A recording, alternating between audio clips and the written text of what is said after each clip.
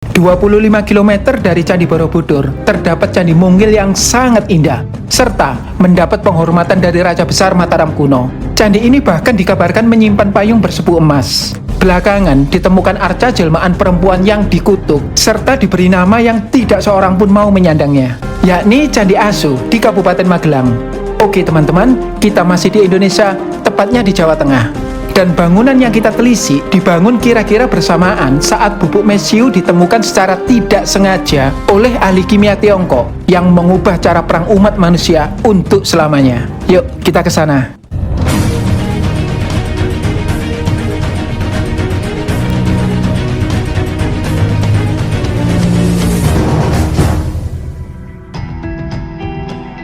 Seorang perempuan yang melakukan perbuatan asusila dikutuk menjadi anjing di sebuah candi.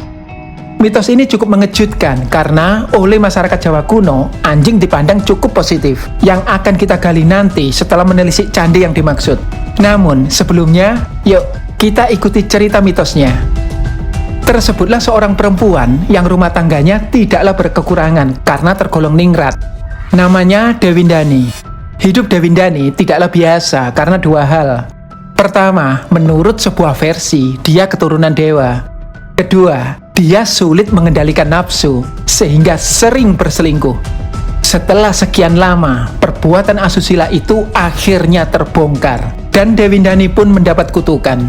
Ada versi yang menyebutkan dia sekedar dikutuk bahwa perbuatannya rendah seperti anjing. Versi lain menyebut wanita itu benar-benar diubah menjadi anjing, yang arcanya konon berada di sebuah candi. Yuk, kita menelisik candi yang dipercaya menjadi tempat dikutuknya Dewindani. Namanya Candi Asu, yang berarti candi anjing. Untuk membedakan dengan Candi Asu di Bandungan, Semarang, candi yang akan kita kunjungi disebut Candi Asu Sengi. Wah, perhatikan, candinya dikelilingi ladang. Segar dan asri ya. Boleh dibilang, candi ini sebenarnya tinggal reruntuhan. Karena yang terlihat ini hanya kakinya saja loh, badannya hanya tersisa sedikit. Sementara untuk bagian atap, kita relakan saja. Meski kecil, kaki candinya cukup semarak. Pelipitnya dihias ornamen floral. Juga terdapat antefik berbagai ukuran, diukir dengan estetik tinggi. Sayangnya, banyak yang belum sempat dipahat. Bahkan, ada yang baru dipahat sebagian. Yang unik, bagian atas kaki terdapat hiasan tirai yang dihinggapi burung. Lihat, sangat naturalis ya. Ini kakak tua. Apakah pembangun candi ini penyuka burung kakak tua? Ya enggak, motif burung-burungan hanya penghias saja. Menariknya, Candi Siwa di Prambanan kakinya juga dihias motif burung-burungan seperti ini. Candi Asu juga ramai dengan ukiran bunga ceplok. Indah seperti batik ya. Di antara bidangnya ada bingkai tegak bermotif yang berselang-seling dengan hiasan pilar atau pilaster yang dipahat sangat dalam dengan lekuk halus dan indah. Seolah pembuat candi ini ingin membuat bangunan yang kecil tetapi mewah. Tangga naik ke badan candi cukup tinggi. Ujungnya diapit dua batu yang disiapkan sebagai kepala makara. Belum sempat dipahat, tapi bisa diperkirakan seandainya sudah jadi makara, itu pasti cukup besar. Makara sendiri adalah makhluk mitologis yang unik serta menghuni dunia bawah yang pernah kami bahas pada tautan di atas atau di deskripsi. Yuk, kita tengok badan candi. Di sini terdapat bidang-bidang yang belum tuntas diukir. Pilaster atau hiasan pilarnya diberi relief Gana yang seolah sedang menyangga candi. Gana adalah makhluk kerdil yang menggambarkan tentara Dewa Siwa. Dan dalam mitologi dipimpin oleh Ganesha, dewa berkepala gajah. Di area ini ada selasar sempit, cukup untuk satu orang, yang bila ditelusur, kita akan menemukan Parswa Dewata atau tempat meletakkan arca Dewata di badan candi. Lumayan, masih tersisa satu dari 3 Parswa Dewata yang seharusnya ada di tiap sisi selain bagian depan candi. Dengan adanya relung Dewata ini, juga ditemukannya yoni, menegaskan warna keagamaan candi ini adalah Hindu Siwa. Tapi, arca-arcanya kemana ya? Jika melihat ukiran halus dan estetik di Candi Asu, saya menduga arca-arcanya juga halus dan indah, serta tidak terlalu besar sehingga mudah digotong. Coba perhatikan garba utama atau bagian tengah candi yang sudah rusak total. Sumurannya sampai terlihat, padahal sumuran adalah lubang yang tertutup dan tertanam di bawah lantai candi. Sumuran juga rumah bagi peripi yang diyakini sebagai wahana dewa dan jiwa dari candi itu sendiri.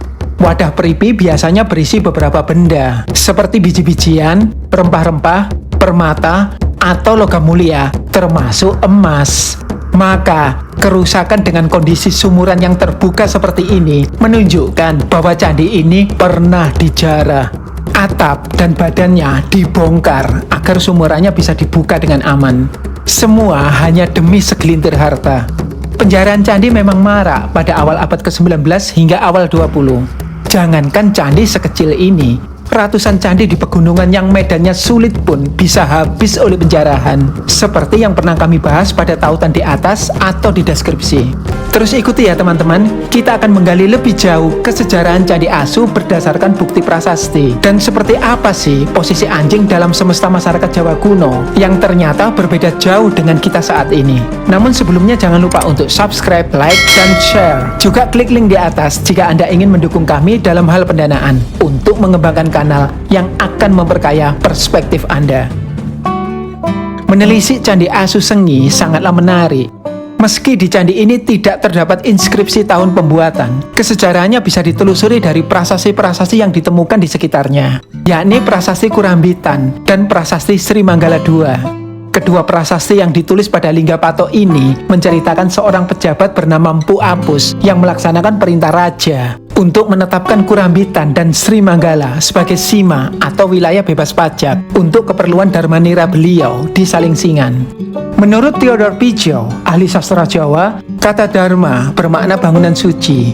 Jadi, Mpu Apus membangun sebuah bangunan suci di Salingsingan. Salingsingan sendiri kemungkinan besar adalah lokasi Candi Asu Sengi, karena meski nama ini tidak digunakan lagi, nama Sungai Tlingsing di dekat Candi Asu diduga kuat adalah perubahan dari Salingsingan. Nah, angka tahun pada prasasti Kurambitan kemungkinan adalah tahun dibangunnya Candi Asu, yakni tahun 869 Masehi. Selanjutnya, nama Salingsingan terkait dengan prasasti Salingsingan yang memberitakan bahwa Raja Kerajaan Mataram kuno, yakni Maharaja Rakai Kayuwangi Dyah Lokapala, menganugerahkan payung perak dengan puncak emas untuk Batara I Salingsingan.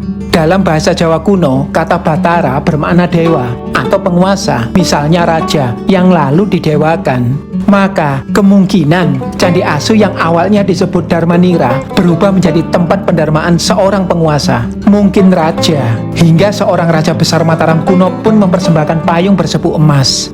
Siapa penguasa itu belum bisa dipastikan. Namun Rakai Kayuwangi sendiri adalah putra bungsu Rakai Pikatan dan Pramudiawardhani, pasangan beda agama di balik pembangunan candi-candi spektakuler seperti Candi Borobudur dan Prambanan. Pernikahan lintas agama tertua di Jawa kuno ini pernah kami bahas pada tautan di atas atau di deskripsi. Sebetulnya di dekat Candi Asu ada dua candi lainnya, yakni Candi Pendem dan Candi Lumbung, yang akan kami bahas pada video terpisah. Jika sudah ada, bisa dicek nanti pada link di atas atau di deskripsi. Nah, yang menarik dari Candi Asu selain kesejarahannya juga adalah namanya. Asu berarti anjing dan saat ini menjadi kata makian, sehingga tidak ada seorang pun di Jawa yang mau disebut Asu. Usut punya usut, ternyata candi ini diberi nama Asu karena saat ditemukan pertama kali, terdapat arca Nandini, yakni sapi tunggangan Dewa Siwa. Ini adalah contoh arca Nandini di candi yang lain, yakni Candi Pringapus. Berhubung warga sekitar saat itu sudah asing dengan sosok Nandini, ditambah arcanya sudah aus, maka dikiralah arca tersebut sebagai anjing. Dari arca yang diduga anjing inilah lahir mitos Dewindani yang tidak setia dan hobi selingkuh, lalu dikutuk menjadi anjing. Maka jadilah Candi Asu. Jadi jelas ya, nama Asu sesungguhnya tidak terkait dengan fungsi dan nilai kesejarahan asli candi ini. Dan kisah Dewindani jelas adalah kisah baru, karena masyarakat Jawa kuno aslinya memiliki pandangan yang beragam mengenai anjing. Salah satunya, anjing dianggap simbol kesetiaan, seperti tergambar dalam bagian akhir Mahabharata. Alkisah, seusai perang Bharatayuddha dan kematian Krishna, Drupadi dan para Pandawa mendaki Gunung Mahameru untuk menuju negeri para dewa. Dalam perjalanan yang berat itu, seekor anjing muncul menemani mereka. Mereka sempat mengusirnya, tapi karena anjing itu tak mau pergi, ia pun dibiarkan ikut. Karena Drupadi lebih mencintai Arjuna daripada yang lain, dan keempat Pandawa menyimpan sifat takabur dalam hal tertentu, satu persatu mereka meninggal dalam perjalanan. Yang tersisa hanyalah Yudhistira dan anjing tersebut. Sesampainya di puncak Mahameru, mereka disambut oleh Dewa Indra. Namun, Yudhistira menolak masuk surga jika anjing yang setia menemaninya tidak diizinkan masuk.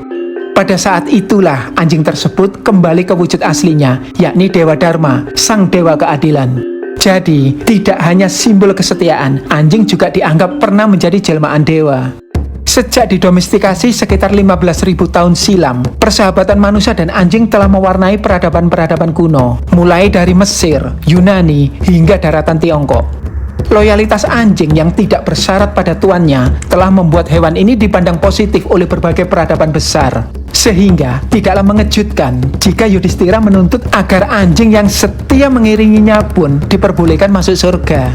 Nah, selain itu, dalam semesta Jawa kuno, anjing juga menjadi tunggangan Bhairawa, salah satu aspek tertinggi Siwa yang dipuja oleh penganut Tantra.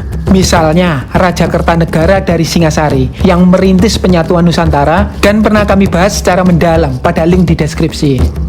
Serat Calon Arang juga bercerita bahwa jenazah di kuburan yang tidak sempat diurai dengan api dimakan oleh anjing liar. Bisa jadi Serat Calon Arang yang merupakan personifikasi ajaran Tantra hendak menyampaikan bahwa anjing liar mewakili alam mengambil peran Dewa Siwa sebagai pelebur untuk mengurai jenazah yang tidak terurus.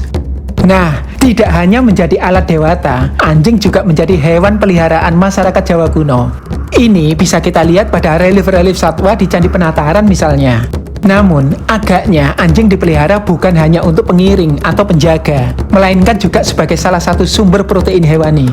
Empu Prapanca dalam Kakawi Negara Kertagama misalnya, mencatat adanya hidangan dari daging anjing.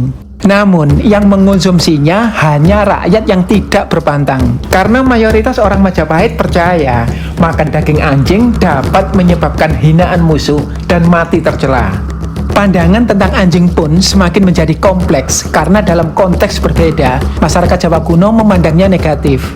Dalam bahasa Jawa kuno, nama asu yang berarti anjing berasal dari kata aso atau aswa. Dan kata turunannya, yakni angasu, berarti keji dan rendah seperti anjing. Kita temukan dalam Kidung Harsawijaya dari masa akhir Majapahit. Kemungkinan anjing yang dipandang rendah adalah anjing liar, bukan anjing peliharaan. Sebagaimana diceritakan dalam Serat Calon Arang, bahwa anjing-anjing liar memakan mayat. Mungkin inilah yang menyebabkan perbuatan Dewindani yang rendah budi disamakan dengan anjing. Meski demikian, mitos Dewindani tetap mengusung nilai moral yang sama dengan kisah Yudhistira, yakni bahwa kesetiaan seharusnya dihormati. Saya pribadi kagum dengan daya kreatif masyarakat sekitar dalam mengkreasi mitos ini. Ketika candi-candi di Jawa Tengah memiliki mitos hampir seragam yang melibatkan bantuan jin atau gagalnya pembangunan candi karena pagi telah datang. Candi Asu justru menawarkan jalan cerita yang berbeda, sekaligus memperkaya khasanah budaya kita. Mungkin candi ini tidak lagi digunakan sesuai fungsi awalnya. Namun, paling tidak Candi Asu bersama mitosnya masih berfungsi sebagai monumen yang mengingatkan kita bahwa budi pekerti adalah fondasi bagi kemanusiaan. Janganlah runtuh kesetiaan kita terhadap kebaikan, karena itulah yang membuat kita berharga sebagai manusia.